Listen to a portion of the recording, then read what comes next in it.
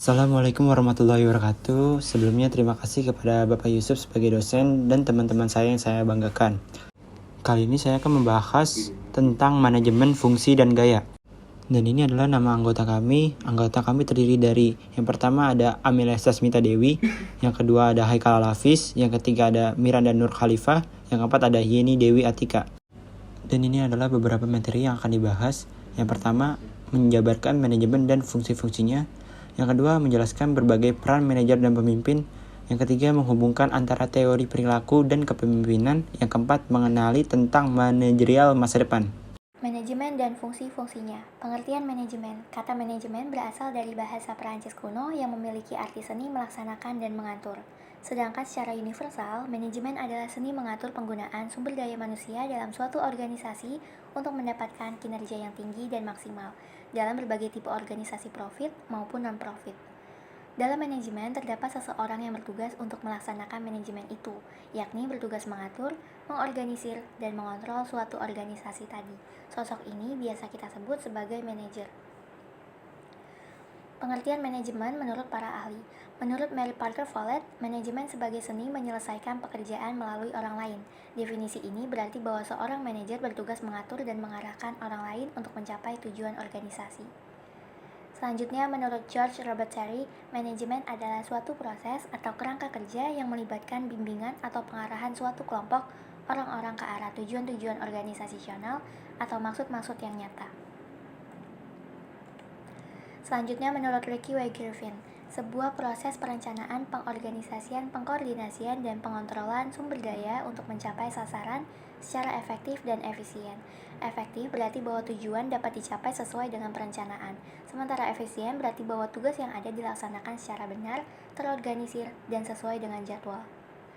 Yang terakhir, menurut Lawrence Opley, manajemen sebagai keahlian membangkitkan orang lain agar bersedia melakukan sesuatu. Untuk bisa menjalankan manajemen dalam perusahaan yang sehat, ada beberapa unsur-unsur manajemen yang harus ada, yaitu man, money, material, mesin, method, dan market. Selanjutnya, fungsi-fungsi manajemen. Fungsi manajemen pertama kali diperkenalkan oleh seorang industrialis Perancis bernama Henri Fayol pada awal abad ke-20. Ketika itu, ia menyebutkan 5 fungsi manajemen, yaitu merancang, mengorganisir, memerintah, mengordinasi, dan mengendalikan. Tapi secara umum terdapat 4 fungsi manajemen dalam perusahaan, yaitu perencanaan, pengorganisasian, pengarahan, dan pengendalian.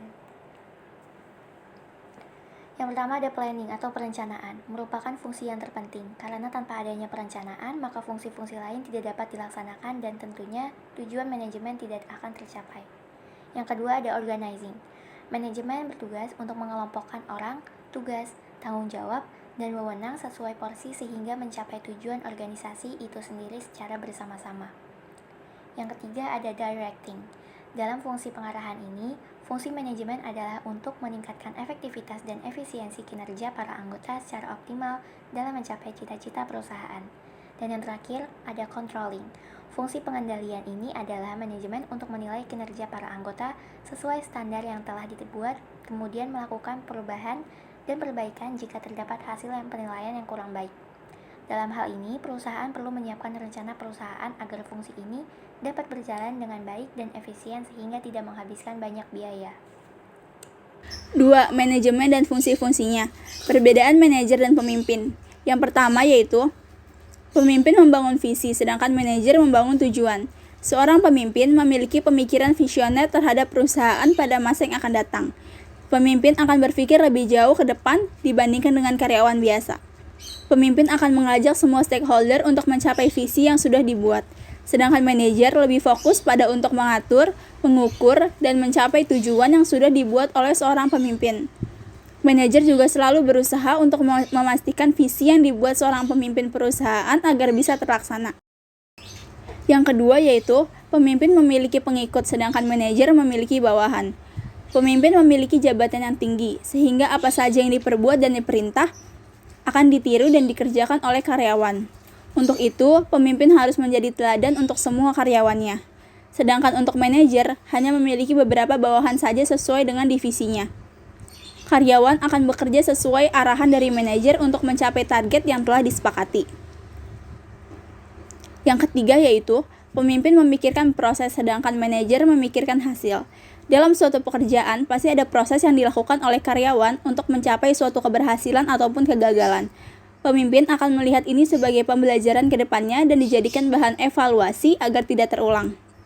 Sedangkan seorang manajer akan berfokus pada hasilnya agar sesuai dengan target pemimpin. Manajer akan mengerahkan semua karyawan dan memastikan semuanya bekerja dengan baik agar membantu perusahaan dalam mewujudkan visi dan misinya. Yang ketiga, ada hubungan antara teori perilaku manusia dan kepemimpinan. Dunia ini memerlukan banyak pemimpin yang dapat membawa keadaan ke arah yang lebih baik. Negara memerlukan pemimpin, organisasi politik memerlukan pemimpin, kelompok agama memerlukan pemimpin, dan para pemuda memerlukan figur pemimpin yang dapat memberikan keteladanan dan inspirasi. Perusahaan memerlukan pemimpin yang tangguh dan berkualitas. Anak-anak di rumah memerlukan orang tua yang dapat memimpin anaknya, dan banyak lagi. Kebanyakan kita menginginkan para pemimpin untuk maju ke depan, serta mengatasi berbagai masalah sosial, guna memberi motivasi para anggotanya dan memberi garis arahan yang paling baik bagi masa mendatang. Mereka memiliki peranan nyata dalam membentuk pola pikir.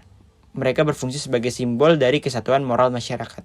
Yang pertama, di masa depan perusahaan akan semakin mendapatkan tekanan dari masyarakat, sehingga seorang manajerial harus memiliki kriteria kemanfaatan atau utility kriteria dalam mengambil sebuah keputusan yang menyangkut perusahaan. Dan diharapkan dapat membangun kerjasama antara dunia bisnis dan pemerintah untuk kemakmuran bangsa. Maka, seorang manajerial mampu untuk bernegosiasi agar hubungan tersebut dapat berjalan lancar. Yang kedua, di masa depan perusahaan akan lebih bergerak secara nasional maupun internasional, sehingga akan menimbulkan struktur organisasi yang beragam. Sejalan dengan itu, maka akan terjadi desentralisasi kekuasaan. Maksud desentralisasi yaitu pengambilan keputusan kepada bawahannya, tujuannya untuk mempermudah dalam pengambilan sebuah keputusan dan dapat mempercepat respon. Yang ketiga, kedepannya akan muncul tuntutan bahwa keberadaan perusahaan bukan hanya untuk mengambil keuntungan saja, melainkan dapat mendatangkan manfaat bagi masyarakat luas. Dari hal tersebut dapat disimpulkan bahwa perusahaan sukarela untuk memenuhi kebutuhan dan kesejahteraan lingkungan, bukan lagi desakan dari pemerintah atau lembaga-lembaga lainnya. Yang keempat, seorang manajerial profesional harus mempunyai kemampuan untuk mengelola sumber daya yang dimiliki perusahaan secara efektif dan efisien. Yang kelima, manajerial harus mempunyai keahlian tinggi dalam usahanya untuk memotivasi individu-individu dalam proses pencapaian tujuan bersama. Yang keenam, manajerial harus memiliki wawasan yang luas dan dapat mendukung untuk setiap perubahan-perubahan keinginan pasar. Yang ketujuh, manajerial mampu membangun hubungan yang baik dan positif dengan stakeholders atau karyawan, konsumen, distributor, dan pemegang saham dan pemerintah. Yang kedelapan, manajerial harus mempunyai kreativitas dan kualitas dalam memahami produk atau jasa yang ditawarkan. Sekian dari kelompok kami, kurang lebihnya saya mohon maaf. Wassalamualaikum warahmatullahi wabarakatuh.